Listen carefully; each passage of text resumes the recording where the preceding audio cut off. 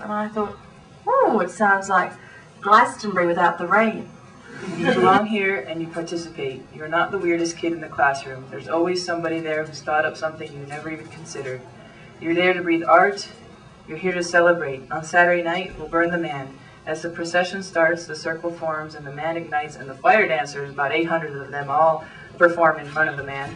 You experience something personal, something new to yourself, something you've never felt before. It's an epiphany, it's primal, it's newborn, and it's completely individual.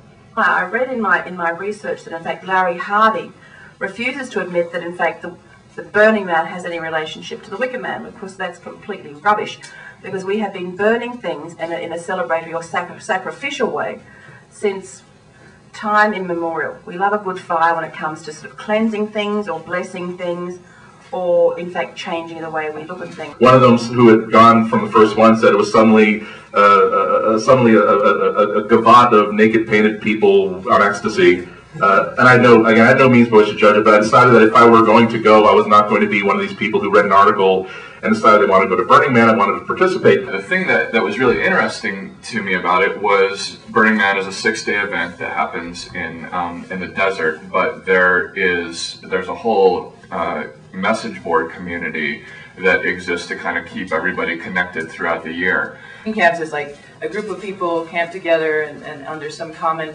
theme or mission or interest or fetish, be it they want to provide a service of some kind to the community, like having a nightclub every night, or washing people's hair, or it's maybe they've built some amazing art installation, or their actual structure is like an art installation. Even among a community of outcasts, there are cliques.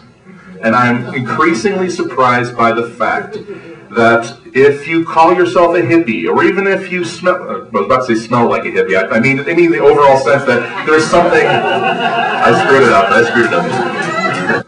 Widely speaking, some geeks and some hippies simply don't get along. And I don't know which of the two I am, or even if I am one of the two, but and I think that would account for most of the people who go as well. I think this is the panel for probably some really interesting discussion about not only Burning Man, but the nature of how our community experience is developing and moving on. This 1 week out of the year where people feel home, and then the rest of the year spent doing things that maybe have to be done to get by, or doing work or things of interest, and one connection point with the people you really feel like this is my family, or this is my home, these are my people. One person described it at Burning Man is there's an amazing thing happening like every 5 seconds.